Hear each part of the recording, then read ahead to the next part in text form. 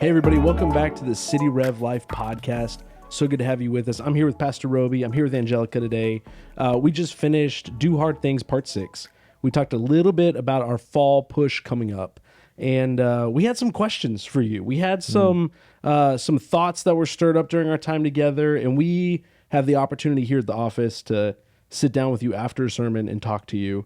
I know not everybody gets that opportunity, but we think we have some questions that maybe came up in the minds of our people as well. Cool. And so we wanted to hit them with you and see what your thoughts were on some of these. So I think Angelica prepared some for us. Yeah. Are you ready? I'm ready. I mean, are they like the questions that we had before this episode started? Yeah, a lot of them. It's just like a lot of trivia, 90s trivia, things like that. 90s trivia. We talked about Teenage Mutant Ninja Turtles. We did. We didn't hit the Rugrats. We did not hit. We talked about which were our favorite Teenage Mutant Ninja Turtles. Yep. And I said Donatello. Which is the wrong answer. Yeah, I was told I was a nerd for that, which I didn't think you could be a nerd in this conversation. It's always Michelangelo. He's the best. Yeah, but it's because everyone likes Michelangelo the best that I picked Donatello. I think he's got the bow staffs. And he had two dueling bow staffs. Are you going to be this defensive about all the questions we asked? Well, this is not starting off well, Craig, because you're making me feel bad about liking Donatello. This isn't the tone I was going for in this interview. This is supposed to be way more conversational and polite.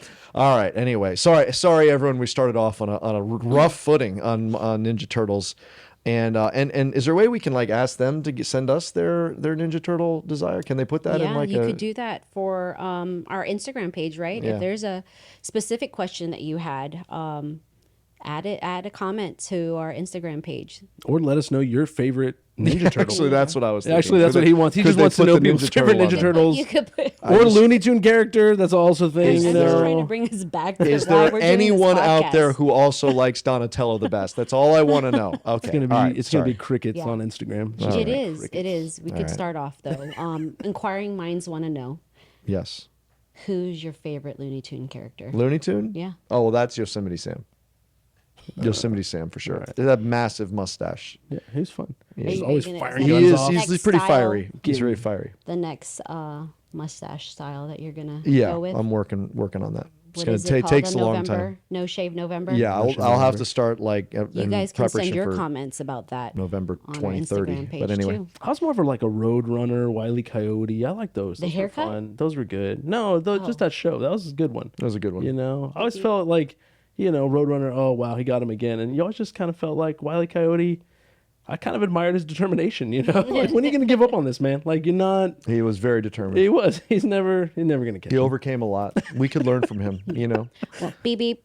Exactly. Let's How get mocking! back to this. How mocking was that of Wile E. Coyote? Okay, Angelica, you have prepared some Do hard questions. things. Right. Yes. Okay, Let's so get to this it. is thinking about the audience in mind, the Yes. listener in mind.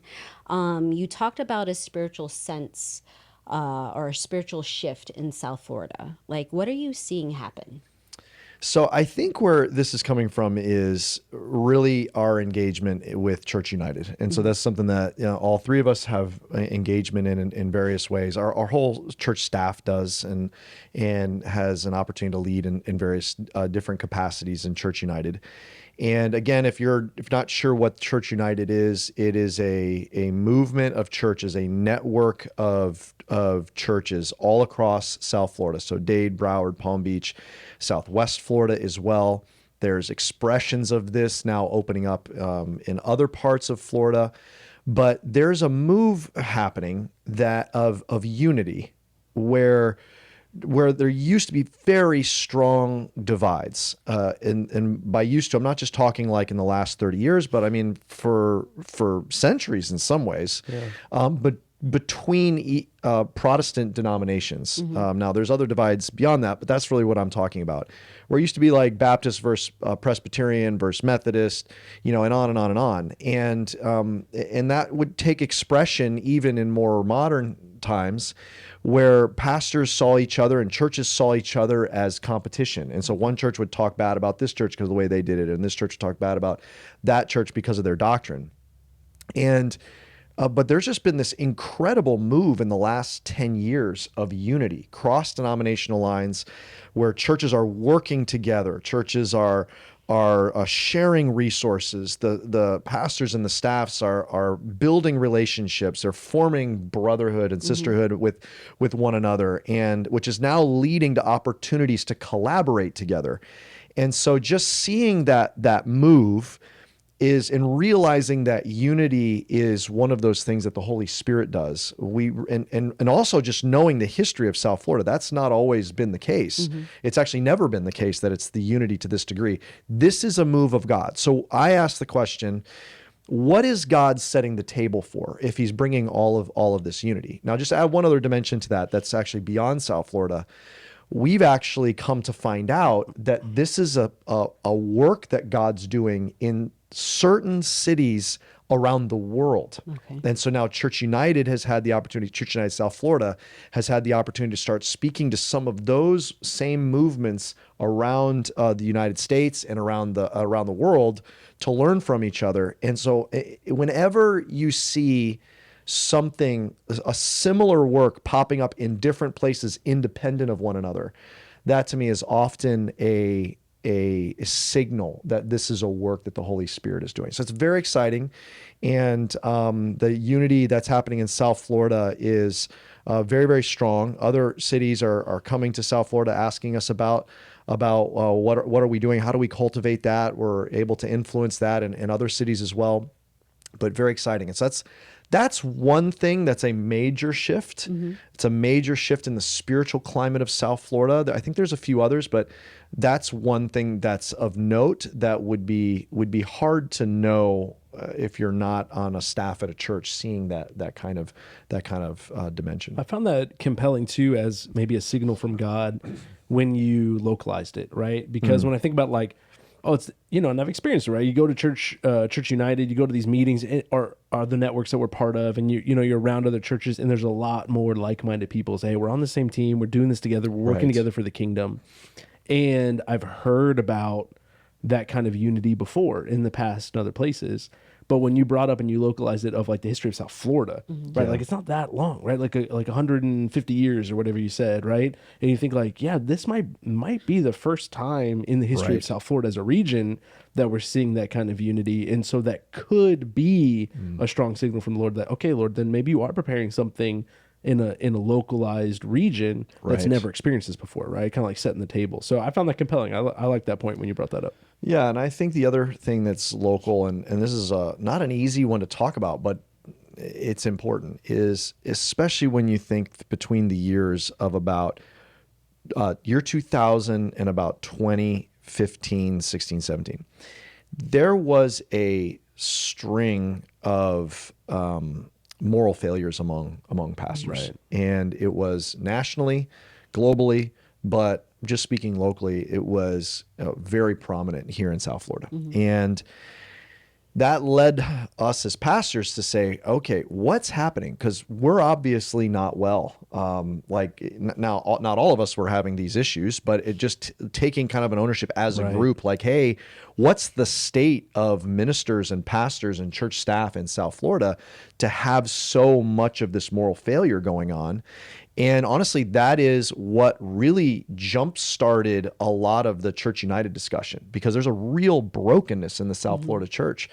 And so that led to one of the main things that Church United, one central thing Church United has done is also push pastors in their personal soul care and worship, because a lot of times pastors and ministers are very isolated spiritually, ironically, but that's often the case. And it shouldn't be the case, but it's often the case. And so some of the tangible, not just the idea of the network and the unity and churches working together and being sacrificial to one another and seeing each other on the same team, but what's that stirred up is a real spiritual awakening among the spiritual shepherds, which is also that we've recently, even here at City Rev, I think about our Malachi series, we referenced this a little bit last fall. But when the shepherds get awakened spiritually, the spiritual leaders get awakened spiritually. Now, again, they shouldn't need that, but you see that. I mean, you see that that is a constant issue, even with the Pharisees in that first generation with Jesus. There needed to be an awakening among them, and there was with only a handful.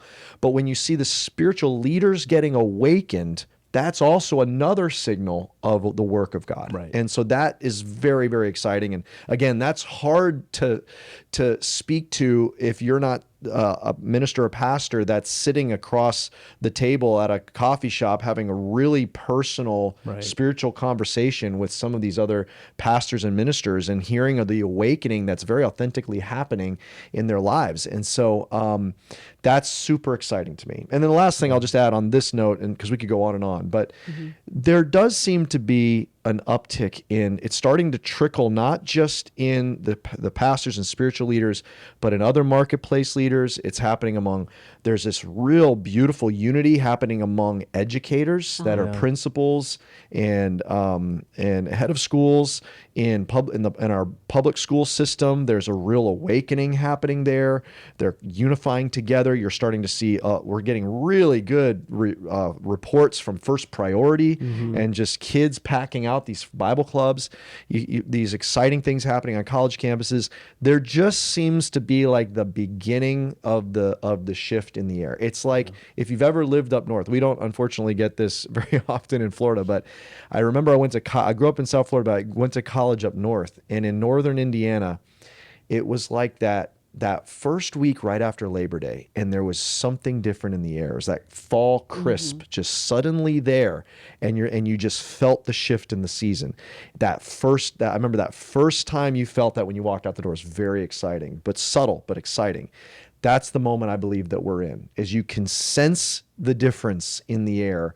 And I believe it's God's got something coming. It's like that first week after Memorial Day here, where just all of the windows on your car are wet overnight, and just everything is just a little extra humid. You just get that little change in the air. Yes, and you're ready for summertime. Yeah. Yes. Yeah. No, I love the movement of unity, and it never really clicked for me, but until you were just talking about it, but just that idea of like, it kind of would be a prerequisite to health for spiritual leaders, because if you take away, I think it's a part of how God designed it, right? There's supposed to be a brotherhood, a sisterhood of spiritual leaders. And when you take that away and everyone is seen as competitors, it's kind of like, who's going to pastor the pastors? You know what I mean? Right. And if they're spiritually isolated, like, who's going to help them out, right? Like, we wouldn't expect that. Like, if you went to your doctor, you wouldn't expect your doctor to never receive medical care because they're a doctor. But sometimes we can expect that of a pastor. Like, you're a pastor, you don't need someone. And like, no, you need someone to care for you too, you know? And so to have that unity, have that kind of openness to share and work together, it can breed health. I think that would be another step God would take, right? If he's going to do something amazing, he would want to take that step. 100%. Just last week, I was going in for my annual doctor's visit, and I had to schedule it like 3 months ahead of time, or 4 months ahead of time, and about 24 hours before he got sick. And so he was out of the office, and they're like, "Do you want to reschedule?" And I'm like, "Well, I just did the blood work. I wanted to get find out what happened." They're like, "Well, we'll just schedule for the next available." And I said, "Okay, fine. That's fine. When is it?" They said, "September." And I said, "What if there's something that's urgent in my blood work?" So no, I had. Who's my doctor's doctor? Send me to him. I want to know. Exactly. So to your point, like, if pastors and ministers are not healthy, they don't have longevity. Right. Sometimes in ministry, but at least at that church, sometimes they move, they bounce to another church or bounce to another ministry, or they're, and so to have extended health, I think there's an extended work at a church, longevity is key, which means health is key. I think the other thing is, the other reason unity is a prerequisite is because if there's a citywide awakening and move of God, one of the first things that can bring that to a screeching halt is disunity. And when there's ambition that gets in the way, or there's entitlement, or someone's territorial or threatened, like, if there's not that unity of trust, of humility, of selflessness, of same team, and the walls are down and working together, like, until you've got that, you can't have a sweeping move of God. So, if we go back 6-7 years, as we start talking about our vision being to see South Florida transformed, I don't know that initially we linked that to unity, but until God brings unity, that vision, we knew we couldn't do it by ourselves, but that vision's not going to be realized. And so one thing for us who've been believing as a City Rev church that God's going to do a work throughout South Florida, that unity between churches should be a huge encouragement that God's like, I hear you.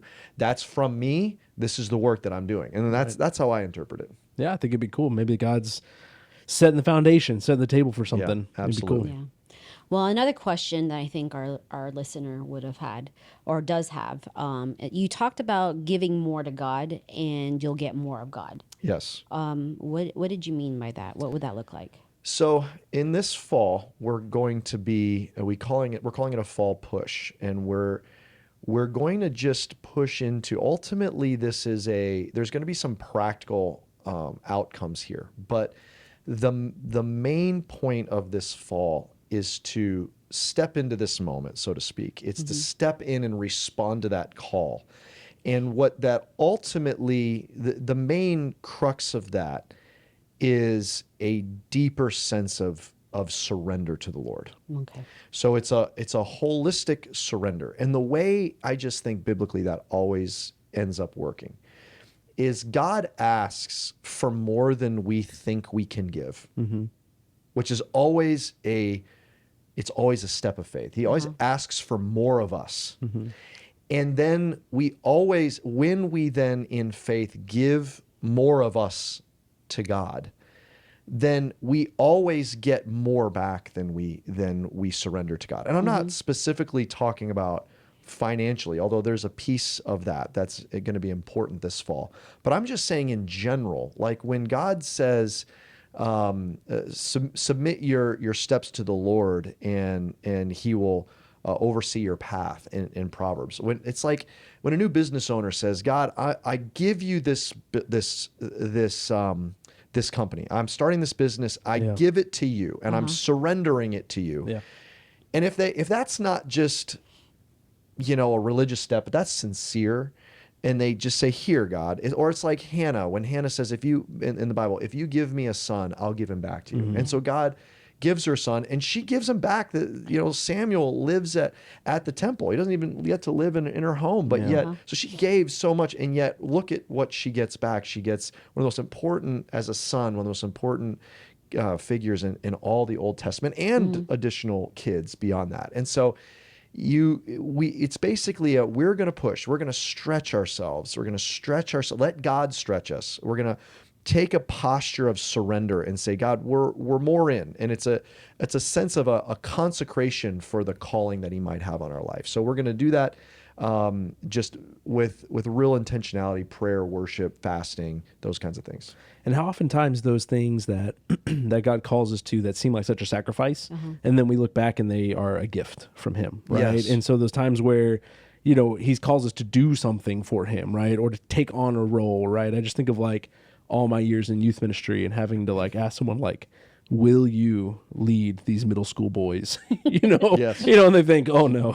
And they think like, what a sacrifice. And then, they look back after a few years and it's a huge blessing in their life, right? The enjoyment they get out of seeing them grow and just like being with those kids, right? And how many times God calls us to something that we think like, oh, this is going to be difficult, when really it's going to be a blessing in our life if we would, it's just like a perspective shift if we would see it the way that God sees it. But it's hard sometimes from where we are. Absolutely. Yeah. Yep. I think over and over and over, God, he's calling us to surrender. I think about the call of the disciples. Yeah.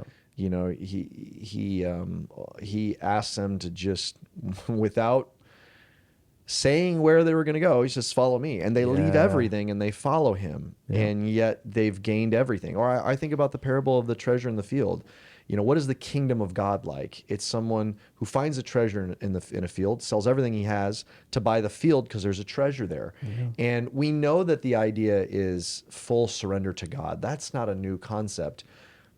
But it's sometimes it takes a season of intentionally walking into that and walking through that and taking a posture of open-handedness to God in order to take that more deeply. Yeah, because sometimes we just get so busy with the regular rhythms of life, and it's kind of one of those things where like, okay, like, I checked in with God a while ago, and I took this path, and I feel like this is a good path that I'm on. And sometimes it's good to slow down and stop and really kind of evaluate, hey, Lord, here's where I am. Here's what my next few years look like. What are you calling me to do? And then let him work in our lives. Yeah, and I would add to that, the other part of it is the issue of and this sounds like a really strong word, and it is, but I think it's the right word. There is an issue of idolatry, in that we know that we're to worship God alone and not to have anything else competing with God. Right.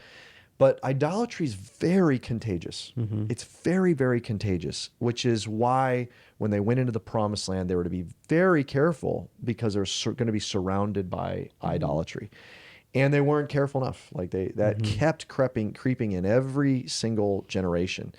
And so that dynamic of idolatry is no different in modern times. We're surrounded by people that they're like, no, I don't worship Jesus. I'm not trying to live by the Bible. I'm trying to live however they're trying to live. So that we're surrounded by people all the time. So it feels very, very normal to over prioritize other things. And it feels very, very normal to have other things that we worship along with God. And so a season like this is really to strip away just those cultural idols, strip away those cultural things, and to just say, okay, God, I want to be a full mathetes, all or nothing disciple in today's modern culture. What does that look like? I'm surrendering to you. Strip away the things that are competing with you. And then that would then lead us to take steps that seem a little weird, seem a little abnormal to our society, right? To be fully sold out and surrendered to Jesus is going to look a little different than maybe what our neighbors are doing. Yep, absolutely. Yeah, and then you talked about, like, there's a connection with our spiritual stretching and with our finances. Yes. Can you talk about what that connection is, or? Yes, and I'm glad that you bring that up, because it's such a complicated issue to talk about at church, in part because of what we talked about earlier. Money in church is hard, I think, for two essential reasons. One is because there's baggage, and there are, part of those moral failures, some of them that we know of in our city, had to do with money. Churches mishandling money. That creates baggage. Sometimes it's not mishandling money, but sometimes churches are very manipulative, abusive in how they talk about money. And people have left churches feeling like, just the church, just all they care about is my money. And sometimes there's some truth to that. Sure. And so money in church is hard because of that baggage. It's also hard because it's an idol. It's the most notorious idol throughout all of history. And so we just get really squeamish when people are, when at church we talk about money sometimes, because it's hard to talk about. But it's just so important. It's so important. And unfortunately we do something very unbiblical, where we separate money out as if it's unspiritual. Like we would say, like, we need to talk about marriage and parenting at church, because like we need spiritual guidance, because the stakes are so high and those are hard things to lead through. Like, so we expect to talk about that at church. That feels safe. But money is also important, and we also need spiritual guidance on how to deal with money, because there's so much in there. So I'm just kind of prefacing this with, like, there's times that this sends up like a little yellow flag, like, wait a minute, like, how do I feel about this? But the reality is, a couple things. First of all, Jesus was just so clear, and we're not going to redact Jesus's words. We've committed to that as a church. We're going to stand on the word of God. Jesus said, you got to decide, you serve God or money, and where your treasure is, there your heart is. And so there's a reason why worship and money are so tied in. Giving back to God and worship are so tied in. The very first act of worship, formal act of worship in Genesis 4, is Abel making an offering to God. Like, at its essence, worship that costs me nothing, is it really worship, or is it just a habit? Now, setting aside time to read the Bible and go to church and those kinds of things, like, that costs time.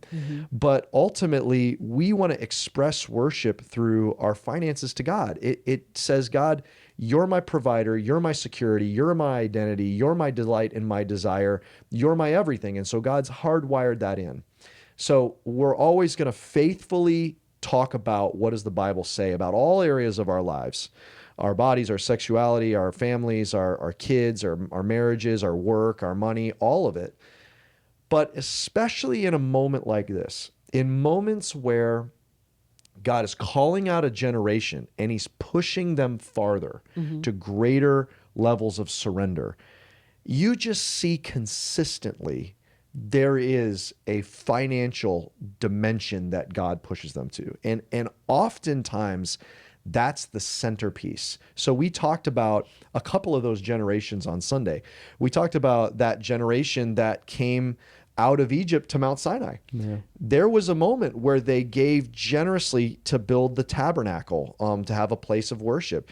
That generation of Haggai, they gave generously they gave extraordinarily in the tens of millions, that generation, to rebuild the temple. The next generation, Nehemiah and Ezra's generation, that rebuilds the city, the walls, they gave extravagantly in those seasons. Why? It's always because God doesn't need us. He doesn't need us. He doesn't need our minds. He doesn't need our bodies. He doesn't need our intelligence. He doesn't need our time. He doesn't need our money. He's including us in and giving us an opportunity to do that so that we get to reap all the benefits of getting to see what God's doing in our city, in our community, in our church, and in our lives. We get to experience him in our lives and our homes. When he calls us to a corporate, I'll just say this last thing. When he calls us to a corporate work together, when there's a community work he's calling us to do, he always also has a dimension of that work for us to experience. There's in our own lives, our own families, like there's always a personal work he's doing in me and in my home. And so it's very tied in. And so the fall push, while we're going to be pushed spiritually, we're going to be pushed in what God's vision is for South Florida, for our church, and we're going to push ourselves financially as well. And I'm super excited on all three of those fronts, not only what he does in our church, but selfishly, I'm excited for, as he's stretching me spiritually, stretching my faith, stretching me and my household financially. I can't wait to see what then he's doing in my heart and my life and my family and my household and in our church. Yeah, I get what you're saying. If those two are linked, like you're saying, right? Like our faith and our finances are linked.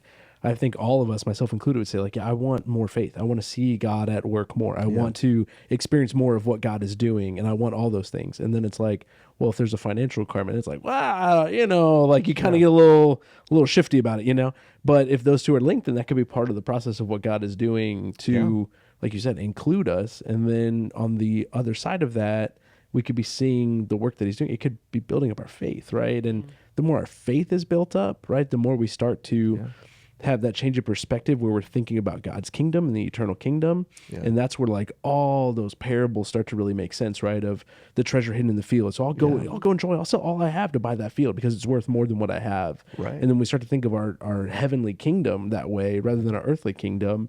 Then it starts to, we live more like Jesus, right? And we start to see our faith grow. So I like that. Yeah. If we have all this bold talk about being an all or nothing disciple, right, and we have all this bold talk about seeing South Florida transformed, and we have all this big talk about wanting to see something historic in our generation, and then we tap out whenever it costs us a dime. Right. This is just talk then. Yeah. If we're willing to talk about it, but we're not actually all in with our bodies, our time, our money, like if we're all in or we're not. And I think what we want to be is disciples who are like, God, you can ask me anything you can ask me. And I'm not going to hold back from you. I think that's the kind of disciples that we want to be. And so of course there's going to be time that he stretches us financially. And then again, there's just the innumerable promises where God's like, listen, you're not going to outgive me. Let me do something. Let me do a miracle for you. Let me stretch you. So you sow the seeds.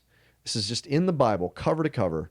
Old Testament, New Testament, Old Covenant, New Covenant. Sow the seeds, you wait, you reap even more so you can keep sowing more into a kingdom that cannot be shaken and reap the rewards into eternity. I mean, that is just the constant, incredible, exciting adventure that God calls us to. So I'm really excited about that part of it this fall as well. Yeah, builds us that faith, that kind of like we talked about a couple weeks ago, that faith like Lazarus had, right? Where you're just like, yeah, I'm good. Like no matter what comes my way, like I'm with the guy who rose me from the dead. So, like I'm good. As long as I've got him, nothing else really matters, Yeah, absolutely. Yeah. Well, while you were teaching yesterday, you were talking about that generation in Haggai. Yes. And they were being called to that moment. Do you think that they felt that they were being called to that moment, or do you think that they knew they were that generation, or? I think they did, and I don't think they could comprehend how far-reaching and how impactful what they did was. But I think they knew they were being called out, because it says that their hearts were awakened, and then they knew what their mission was. Their mission was go back, build God's house in Jerusalem. So they knew what their mission was, and they went back. They were obedient, and then they knew that the word from Haggai, that the latter glory of the house would be greater than the former. They could not have comprehended what all that ended up meaning, nor do I think they could comprehend that 2,500 years later, we would be studying them, and that we would be, their example would still be bearing fruit. And so that's the exciting thing. I think if we're sensing that we're a generation of South Florida Christians that are being called to something, it's always going to have a more far-reaching impact than we could possibly comprehend. And so, yes, they knew that they were called, but I don't think they could comprehend how the magnitude of that calling. Yeah, that would be something. I mean, that would be stretching for me. You think about the legacy you leave behind with your kids, Yeah. let alone 2,500 years from now. Yeah, absolutely. Now, I know you were talking about there was going to be a level or some sort of financial push Yes. that we're being called for. Like, is there a specific target that you had or that you thought, or? Like a financial number? I don't think so. I think, it's not like we have like a number that we're going for. I think the point is God's calling us to move forward into the future.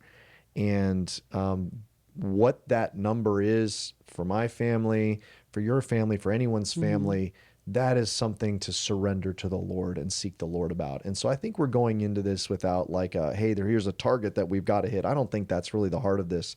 It's, Lord, you've called us to go into the future. You're going to provide, but Lord, we're all in. So what are you asking of each of us as households? And we'll see what the Lord does. So one of the things you said is this is a preview of what's to come in the fall. And then you asked us to prepare our hearts. What are specific steps or disciplines that one could take during this time leading up to the fall? So I have really one thing in mind. I think just a time of just preparation and seeking the Lord. And so one might be, there's a psalm, and I referenced that psalm at the end of the service, Psalm 139. So Psalm 139 is great in that it talks through who God is, like theologically, kind of the big ideas of God's, knowledge of us, his constant presence, his goodness, but it doesn't just leave it out there general. It's very personal. And so I would just encourage those that are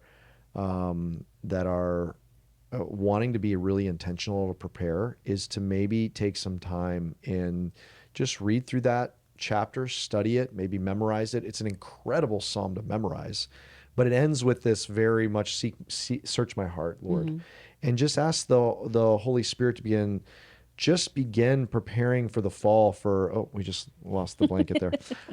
Just prepare for just begin to prepare spiritually, remembering who God is, his power, his presence, his goodness, remembering who God is and how personal he is, how intimate his relationship is, so that when we go into the fall, if we're drawing close to the Lord, like, that can only mean good things. Yeah. It only means good things. And so to remember the Lord and let that and to be thoughtful of the Lord. Let the Lord begin searching and kind of, it's like before you plant seeds, you kind of till the soil, or at least I'm told, because I didn't grow up on a farm, but you till the soil, you loosen it up so the seeds can go down.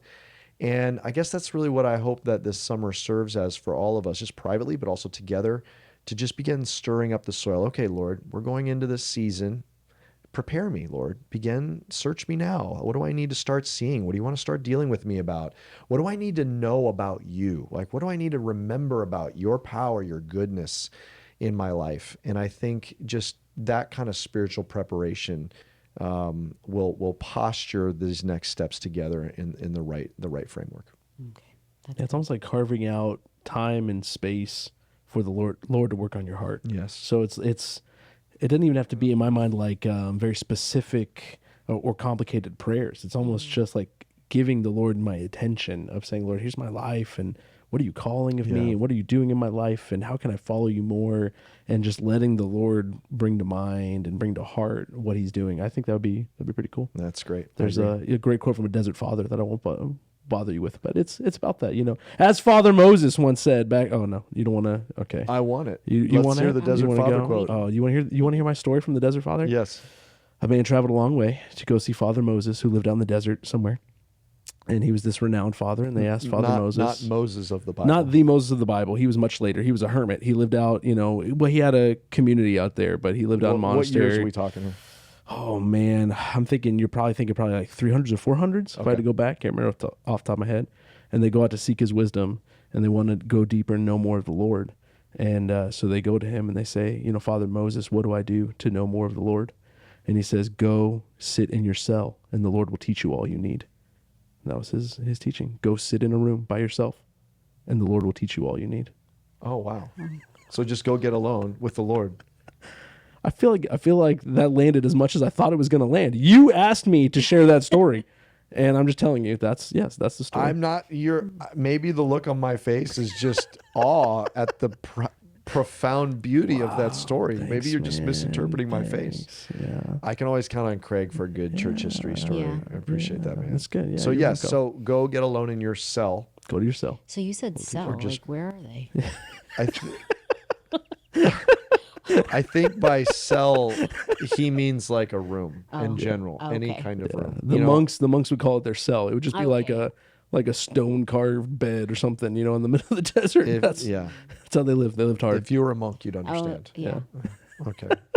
All right. Well, that's a perfect way to tie this up. I love that. Love it. Thank you guys for joining us. Thanks for joining us this week on the City Rev Life podcast.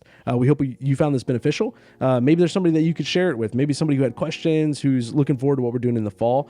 Go ahead and share it with them, and we'll see you next time on the next episode. Thank you so much for listening to the City Rev Life podcast. Feel free to subscribe and leave a rate and review. We love it when you share it with your friends on social media, so don't forget to tag us at cityrev.church. If you're interested in more resources, download our City Rev Church app and follow us on social media. Have a great day.